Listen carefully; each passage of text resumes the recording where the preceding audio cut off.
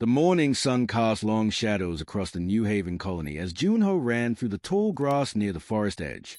His small backpack bounced against his shoulders, filled with his treasure-hunting tools, a small shovel, a magnifying glass, and a notebook where he drew pictures of everything interesting he found. Junho was 8 years old and loved exploring. His mother always told him not to go too far into the forest, and he always listened. Well, mostly. Today he was looking for interesting rocks and maybe some unusual plants. His teacher said that New Haven was a special planet with many things that Earth never had. The grass ended where the forest began. Junho stopped and looked at the dark trees. He knew the rules. Stay where he could see the colony buildings. Never go into the deep forest alone. He turned to walk along the forest edge, his eyes scanning the ground. That was when he saw it.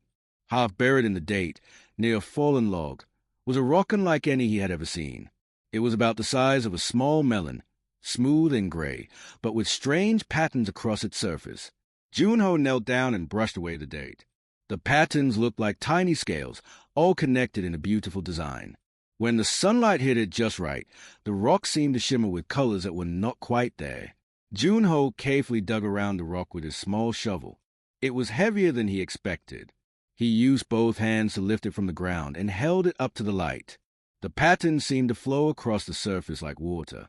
It was the most beautiful thing he had ever found. His heart raced with excitement. This was not just any rock.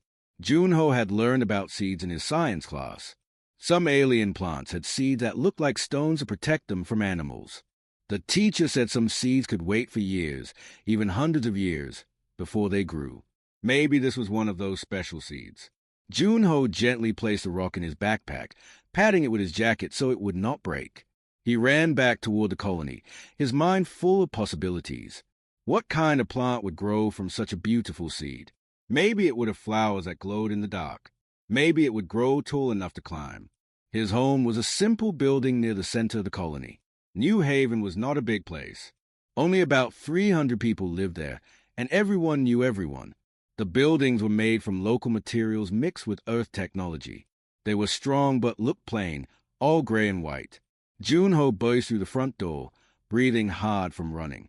His mother, Hannah, was working at the kitchen table with her computer, studying images of local plants. She looked up and smiled. "Junho, what did I tell you about running in the house?" "Sorry, Mom, but look what I found." He carefully took out the rock and placed it on the table. Hannah picked it up, turning it in her hands. Her eyes narrowed as she studied the patterns. She was a botanist, someone who studied plants, and she had seen many strange things on New Haven. But this rock puzzled her. "It is a very pretty rock. Junho, where did you find it?" "Near the forest edge, by the old fallen log." "Mom, I think it is a seed. Look at these patterns. They look like scales, like it is protecting something inside." Hannah smiled gently. "Junho, sweetie, this is just a rock. A very unusual one, but still a rock. Seeds do not look like this."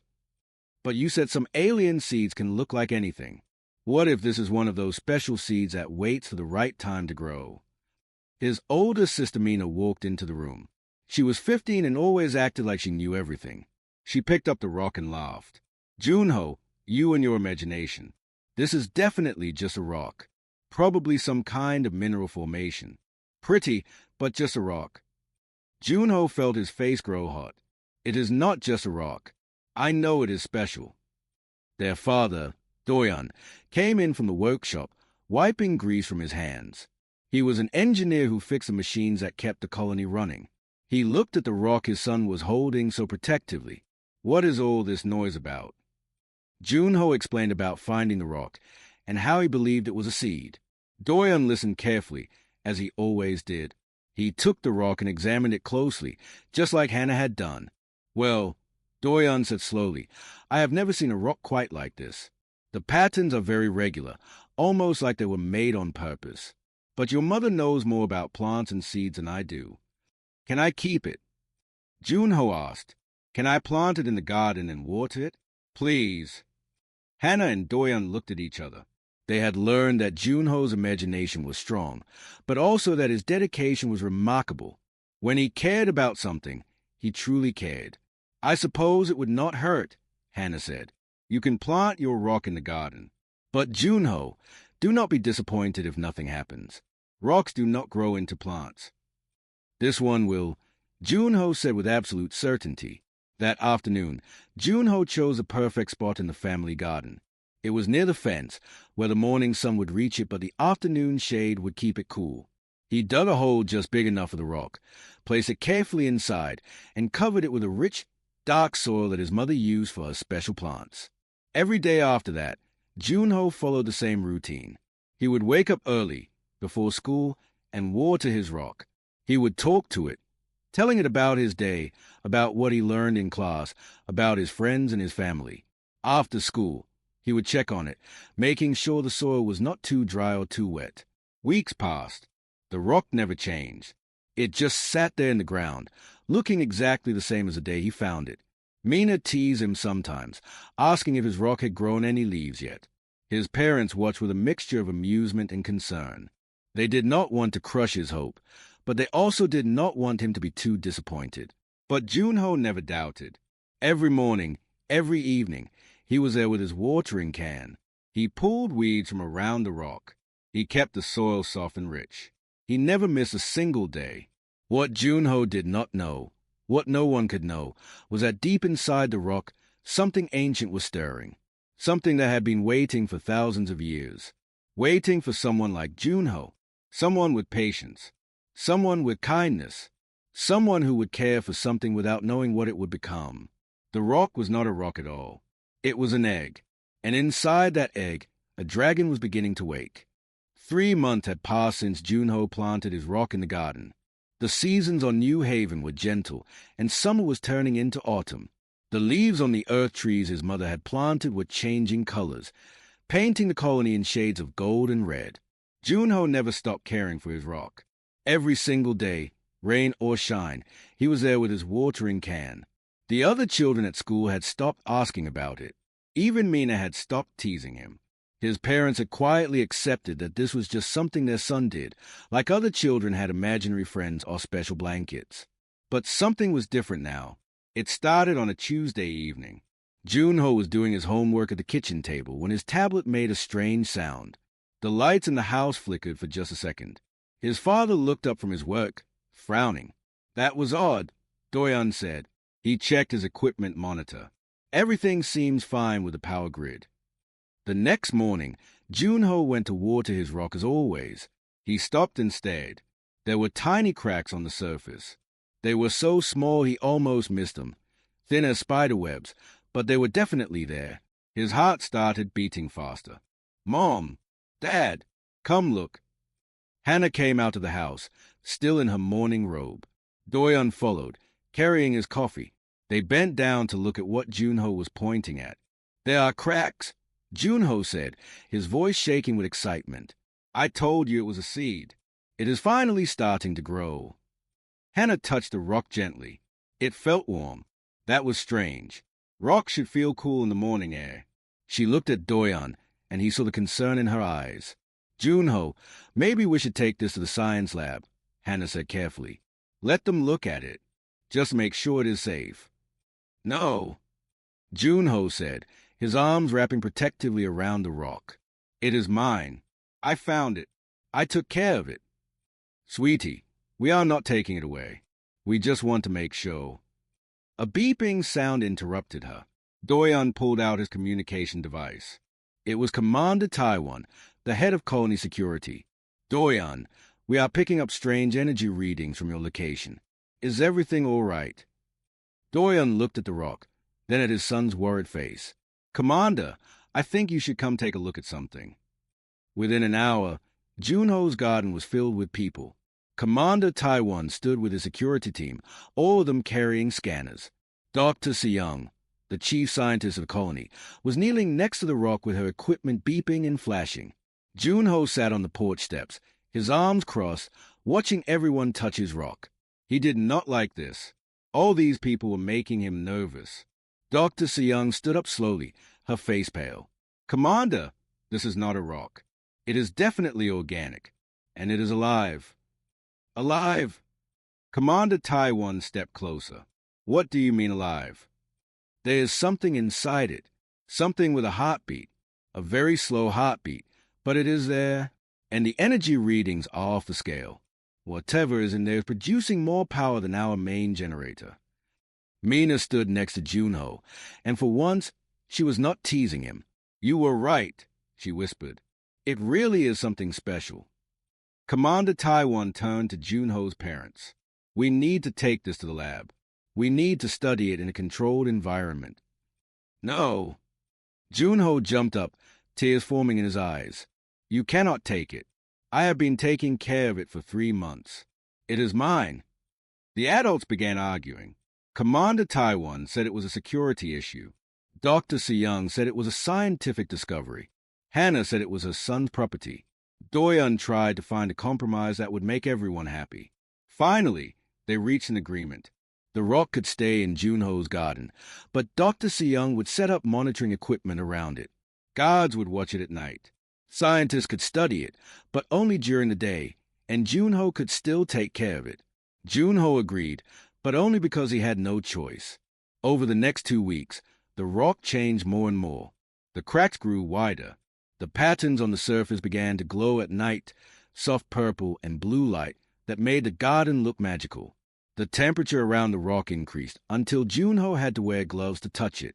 Dr. Seyoung brought more and more equipment. She took readings every day. She compared the data with everything in the colony's database. Nothing matched. Whatever was inside the rock, it was something completely unknown. Junho continued his routine. Water in the morning, water in the evening. Talk to his rock. Tell it about his day. The scientists watched him with curiosity.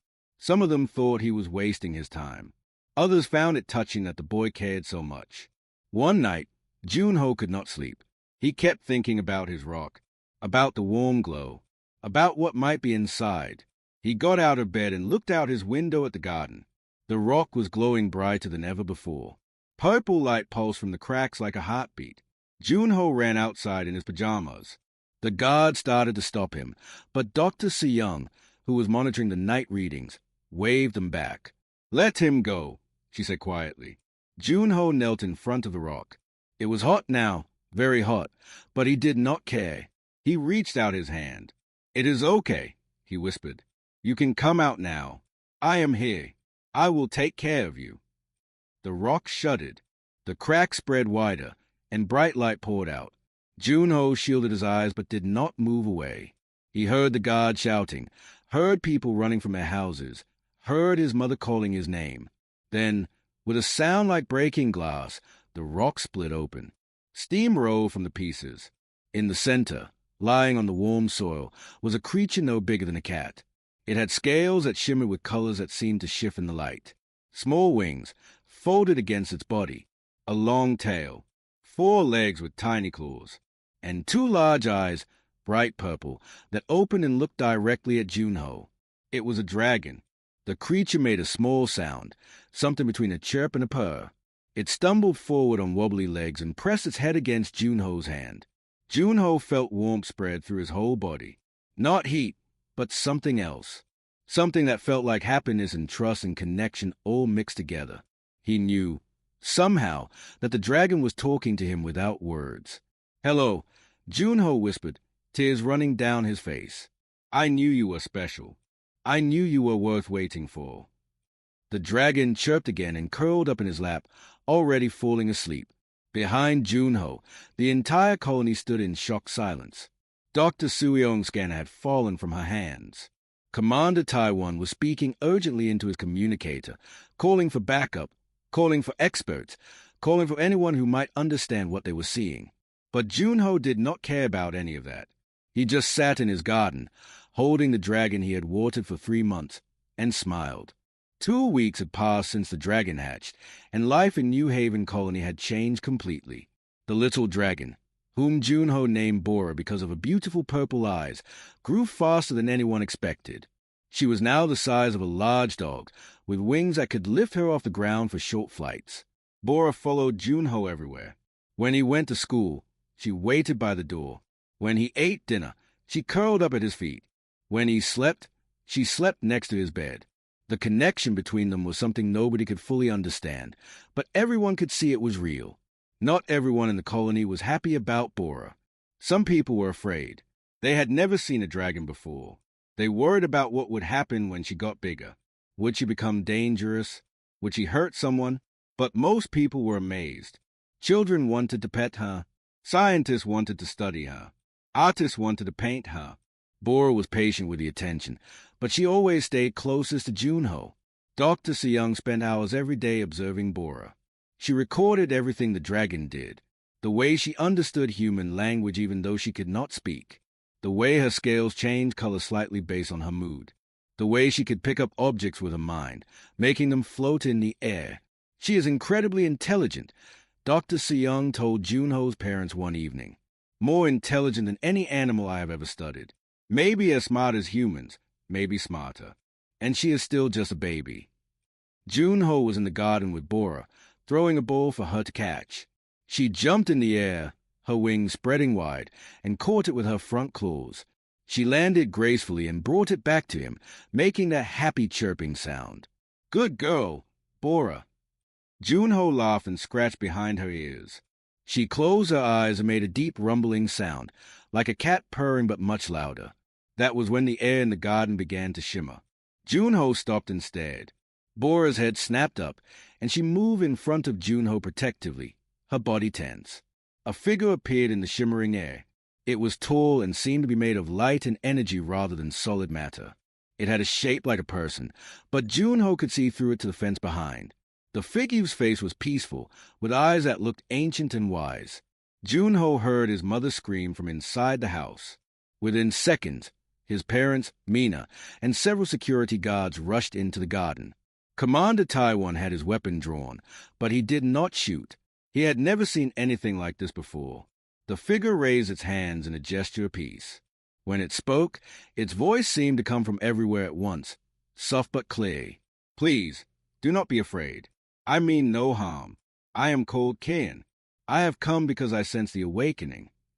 What are you? Commander Taiwan asked, his weapon still raised.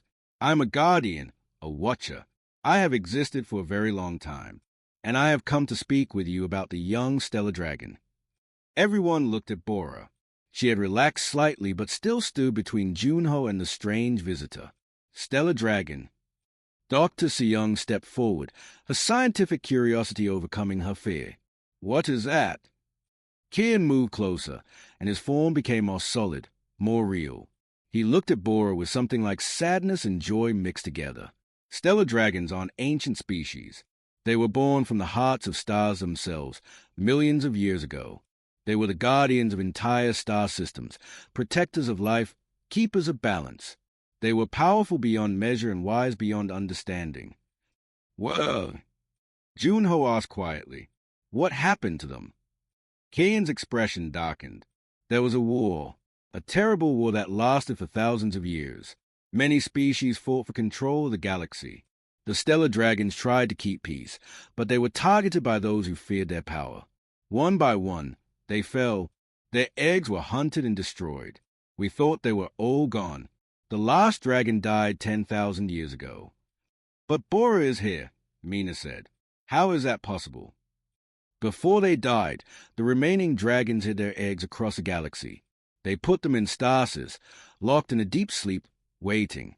The eggs could only hatch under very specific conditions. They needed to sense the right environment, the right energy, the right intention. Kian looked at Junho. Young human, what did you do when you found this egg? Junho felt nervous with everyone looking at him. I thought it was a seed. So I planted it. I watered it every day. I talked to it. I took care of it. You cared for it, Kian said softly, without knowing what it was, without expecting anything in return. You showed pure kindness, patience, and dedication. These are the qualities that awaken a stellar dragon. These are the qualities they bond with. A large ship appeared in the sky above the colony, descending slowly. It was a human military vessel, responding to Commander Taiwan's emergency call from 2 weeks ago. Captain Jiwon, a stern woman with gray in her hair, walked into the garden with her officers behind her. "What is the situation here, Commander?" she asked. Then she saw Kian and stopped. "What in the stars?" Kian explained everything again. About the stellar dragons. About the war. About how Junho's simple act of caring had done what no one had accomplished in 10,000 years. Captain Jiwon looked at Bora with new respect. "So this dragon is the last of her kind." "Perhaps not the last," Kian said. "There may be other eggs hidden across the galaxy, but she is the first awake in 10 millennia, and that makes her very special. It also makes her very valuable to those who would seek to control such power." "Are we in danger?" Hannah asked, her hand on Junho's shoulder. Kian hesitated. The stellar dragons had many enemies. Some of those enemies still exist. If they learn that a dragon has awakened, they will come. They will want to capture her, to use her power for themselves, or to destroy her before she becomes too strong. Junho felt his stomach turn cold. He looked at Bora, who looked back at him with those intelligent purple eyes. She moved closer and pressed against his leg. "I will not let anyone hurt her," Junho said firmly. "She is my friend." Kian smiled sadly. "Your bond with her is strong, young one. Stronger than anything I have seen in a very long time. Bora chose you, and you chose her. That bond will give you both strength. But you must understand, the danger is real." "Then we will protect them both," Captain Jiwon said. "Earth Alliance does not abandon children or innocent creatures." Commander Taiwan nodded in agreement. "New Haven is our home. We protect our own." Kian looked at all of them, these humans who barely understood what they were facing but were ready to stand and fight anyway. He saw something in them that surprised him, something he had not seen in many other species. "You humans are remarkable," Kian said, "and now you all stand ready to protect both child and dragon, even against threats you do not fully understand. Perhaps this is why the egg responded to your presence. Perhaps this is what the dragons were waiting for." Bora suddenly spread her wings and made a loud, clear sound that echoed across the colony. It was not a chirp this time. It was something deeper, more powerful. Everyone felt it in their chests like a vibration. Kian nodded. "She agrees. She has chosen not just Junho, but all of you, and that choice will change everything." 1 month after Kian's visit, the warning became reality. The peaceful morning on New Haven Colony was shattered by warning sirens that made everyone's blood run cold. Commander Taiwan's voice came through every speaker in the colony. "This is not a drill. Unknown vessels approaching. All civilians to shelters immediately. Defense teams to positions." Junho was having breakfast with his family when the siren started. Bora, who now stood as tall as a horse, immediately moved to the window. Her scales darkened, turning from their usual shimmering colors to a deep, threatening black. A low growl came from her throat. "Junho, come on," Doyeon said, grabbing his son's hand. "We need to get to the shelter." "No." Junho pulled away. "Bora needs me." Hannah knelt down and held Junho's face in her hands. "Sweetheart, the soldiers will protect Bora. You need to be safe." But Bora made a sharp sound and moved to stand next to Junho. She pressed her head against his chest, and Junho felt that familiar warmth, that connection. He could feel what she was feeling. Fear, but also determination. She would fight, but she needed him with her. "Mom, she needs me," Junho said quietly. "I can help her. I know I can." Mina grabbed her brother's other hand. "Then I am staying too. Someone has to make sure you do not do anything stupid." Before their parent could argue, Captain Jiwon's voice came through Doyeon's communicator. "Bring the boy and the dragon to the command center. Now." The command center was filled with people running and shouting. Screens showed images of space above the colony. Junho's eyes went wide. There were dozens of ships up there, all dark and covered in sharp spikes. They looked like insects, like massive metal wasps surrounding the colony. Captain Jiwon stood at the center console, her face grim. She turned when Junho and Bora entered. "The Vraxian swarm," she said, "one of the species Kian warned us about. They have been hunting dragon eggs for centuries." She looked at Bora. "They want her." Commander Taiwan pointed at one of the screens. "Their lead ship is hailing us. They are demanding we hand over the dragon, or they will attack." "How long until Earth Alliance reinforcements arrive?" Captain Jiwon asked. 3 days, Captain. Maybe 4. We do not have 3 days. Captain Jiwon looked at the screens again. The Vraxian ships were moving into attack formation. Prepare all defenses. Get every weapon online. Send all civilians to the deep shelters. A voice came through the speakers, harsh and clicking like insects talking. Humans of New Haven, give us the dragon. Do this and we will leave you in peace. Refuse and we will take it from your dead hands. Junho felt Bora trembling next to him, but it was not fear making her shake. It was anger. He put his hand on her neck and immediately felt calmer. She did too. We do not have enough firepower to fight them, Commander Taiwan said quietly. We are a colony, not a military base. We have 3 defense turrets and 1 old patrol ship. Captain Jiwon's ship was in orbit, but it was alone against dozens of enemy vessels. The odds were terrible. Everyone in the room knew it. Then we delay them, Captain Jiwon said. We hold them off as long as possible and hope help arrives in time. Junho looked at Bora, and she looked back at him. He remembered what Kian had said.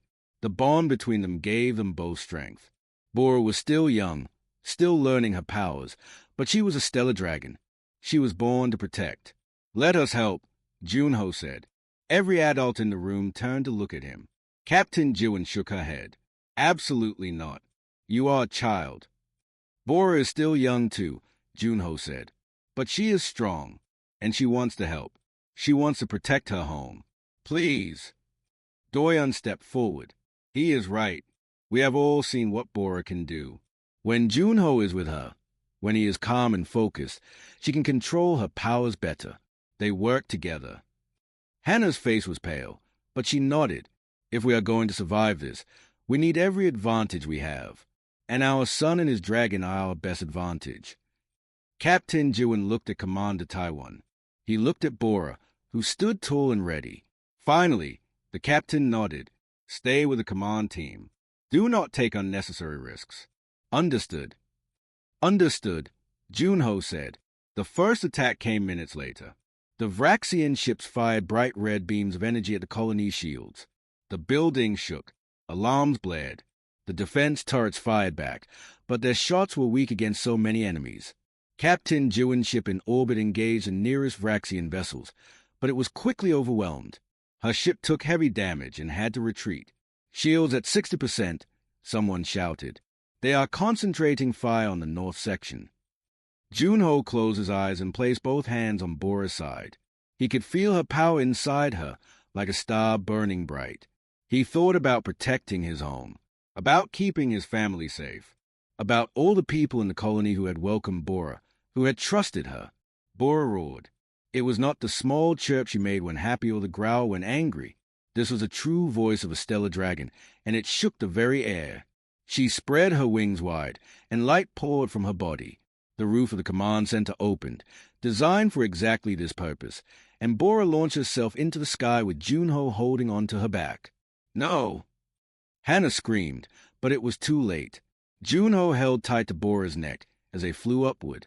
The wind was strong, and he was terrified, but he did not let go. He could feel what Bora was doing. She was gathering energy, pulling it from somewhere deep inside herself. The Vraxian ships turned their weapons toward them. Bright red beams cut through the air. Bora twisted and dodged, moving with impossible grace. Her wings created shields of pure energy that deflected the attacks. Then she breathed. It was not fire. It was pure light, bright as the sun. The beam struck 3 Vraxian ships, and they simply stopped working. They went dark and began falling from the sky. In the command center, everyone stared at the screens in shock. Dr. Seyoung whispered. She disrupted their power systems. She did not destroy them. She just turned them off. Bora flew in circles around the colony, her presence drawing the enemy's attention away from the buildings below. More ships fired at her. More beams of energy tried to bring her down. But Junho kept his hands on her neck, kept his mind focused and calm, and Bora kept fighting. She created barriers of energy that protected Captain Jiwon's damaged ship. She sent pulses of power that confused the Vraxian targeting systems. She was not trying to kill them all. She was trying to protect. That was what stellar dragons did. But there were too many ships. Bora was getting tired. Junho could feel her exhaustion matching his own. They could not keep this up forever. A massive Vraxian ship, bigger than all the others, moved forward, its weapons charged with a terrible red glow. This was not a normal attack. This was something designed to kill dragons. Juno, get down from there. Doyan shouted into the communicator that Junho wore in his ear. But Junho did not run. He held on to Bora tighter. We can do this, he whispered to her. Together, I believe in you. Bora felt his trust, his absolute certainty that they would survive this. And something awakened inside her, something ancient and powerful that had been sleeping, waiting for this exact moment. Her body began to glow brighter than ever before. The light coming from Bora was so bright that people in the colony had to shield their eyes. Junho held on as he felt her body change beneath him. She was growing, not just in size but in power. Her wings stretched wider. Her scales became harder, more radiant. This was not the baby dragon who had hatched in his garden. This was a stellar dragon reaching toward her true form. The massive Vraxian warship fired its weapon. A beam of dark red energy, so concentrated it looked almost black, shot toward them. Everyone watching from below thought it was over. There was no way to survive that blast. But Bora did not dodge. Instead, she flew straight at it. Bora, no. Junho shouted, but he felt a determination through their bond. She knew what she was doing. When the beam hit her, Bora opened her mouth and did something incredible. She swallowed the energy. The deadly beam meant to kill her was absorbed into her body, making her glow even brighter. Then she redirected it, sending it back at the warship in a blast of pure white light. The warship shields tried to hold, but they shattered like glass. The ship went dark and began drifting in space, powerless. Every Vraxian ship stopped firing. They hung in space, as if confused. Their strongest weapon had failed. A young dragon, barely a month old since hatching, had defeated their best warship. In that moment of silence, something else happened. The air shimmered all around the colony, just like when Kain had first appeared. But this time, it was not just one figure. Dozens of energy beings materialized in the sky, their forms glowing with ancient light. Kain was among them, and he smiled. The Council of Watchers has come. Kain's voice echoed across the battlefield. We are the guardians who witnessed the age of dragons. We are the keepers of their memory, and we have seen something today that fills us with hope. The other beings spread out across the sky, positioning themselves between the colony and the Vraxian fleet. Their presence alone made the enemy ships pull back. Kain flew close to Bora and Junho. Young dragon, young human, you have shown us what we hope to see. A stellar dragon has awakened, not through violence or force, but through kindness and patience. And now she fights not to destroy, but to protect. This is a true way of the dragons. Bora was breathing hard, exhausted from the battle. Junho could feel how tired she was. He patted her neck gently. You did great, Bora. You saved everyone. The lead Vraxian ship, the one that had demanded they surrender Bora, sent one final message. The clicking voice sounded different now, less confident. This is not over. We will return. If you return, Kain said calmly, you will face not just one dragon, but all of us. The age of hunting dragons is over. They are protected now. Leave this place and do not come back. The Vraxian fleet hesitated. Then, slowly, they turned and jumped into hyperspace, fleeing into the darkness between stars. A cheer erupted from the colony below. People poured out of the shelters, crying and laughing and hugging each other. They had survived. Against impossible odds, they had survived. Bora descended slowly, landing in the central plaza where everyone could see her. Junho slid off her back, his legs shaking. The moment his feet touched the ground, his mother and father rushed forward and wrapped him in their arms. Do not ever scare us like that again, Hannah said, tears streaming down her face. I had to help, Junho said simply. Bora needed me. Captain Jewin approached, her uniform scorched and damaged from battle. She looked at Bora with a mixture of respect and wonder. That dragon saved us all. And you, young man, you were incredibly brave. Incredibly foolish, but incredibly brave.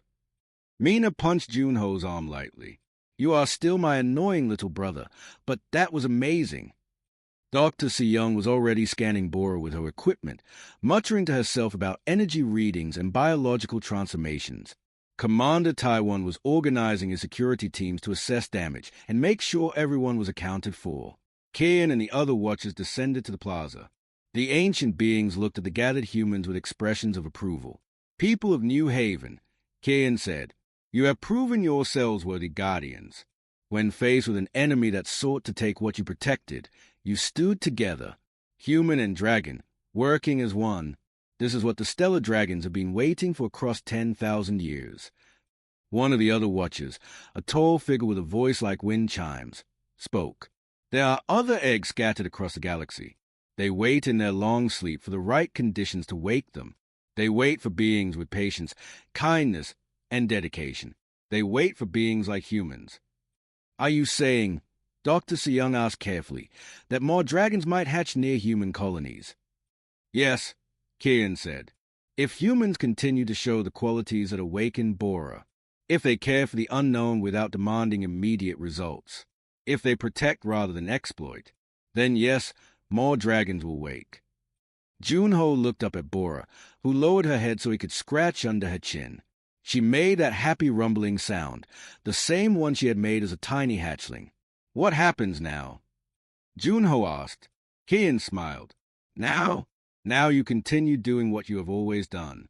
You take care of Bora. You go to school. You play with your friends.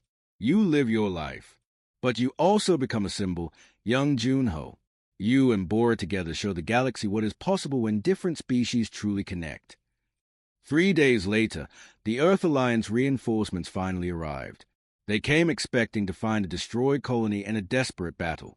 Instead, they found celebration and reconstruction. They found humans working alongside energy beings to repair damaged buildings. They found a dragon helping to lift heavy equipment with her telekinetic powers while a small boy directed her with hand signals and gentle words. The story of New Haven spread across human space faster than light travel. People everywhere heard about the boy who watered a rock for 3 months, about the dragon who hatched from his kindness, about the colony that stood together against an overwhelming enemy and won. Other colonies began reporting strange rocks with scale-like patterns.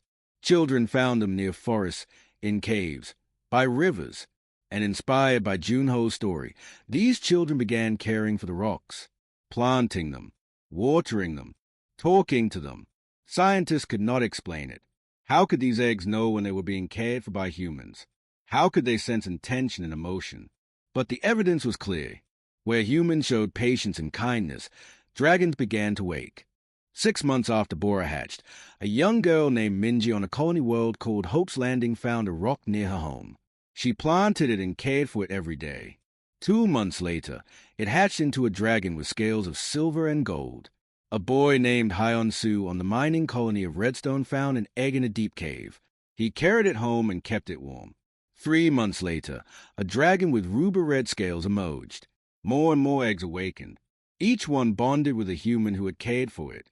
Each one proved that stellar dragons, these ancient guardians, had not been waiting for the most advanced species or the most powerful warriors. They had been waiting for beings who could show genuine kindness to the unknown. Back on New Haven, Junho continued his routine. He still went to school, still did his homework, still helped his mother in the garden. But now Bora was always with him, growing larger and wiser each day. They were learning together how to fly properly, how to control her powers, how to communicate without words. One evening, Junho sat in the garden where he had first planted the egg. The spot was empty now, but he still came here to think. Bora lay beside him, her head resting on the ground, her eyes half-closed in contentment. Do you remember when you were just an egg? Junho asked her. Through their bond, he felt her response. Not words, but feelings and images. She remembered the warmth, the sound of his voice, the patience, the care. She had been aware, even then, listening to him from inside her egg, waiting until she knew it was safe to emerge. I am glad I found you, Junho said, leaning against her side. You are my best friend. Bora's rumbling purr vibrated through her whole body. In the sky above them, stars were beginning to appear as the sun set. Somewhere out there, more eggs were waiting, more dragons were listening, and more humans were showing them that kindness and patience were the most powerful forces in the universe. Junho closed his eyes and smiled. He had just wanted to grow something beautiful in his garden. Instead, he had helped awaken something ancient and wonderful. And in doing so, he had shown the entire galaxy what it truly meant to be human.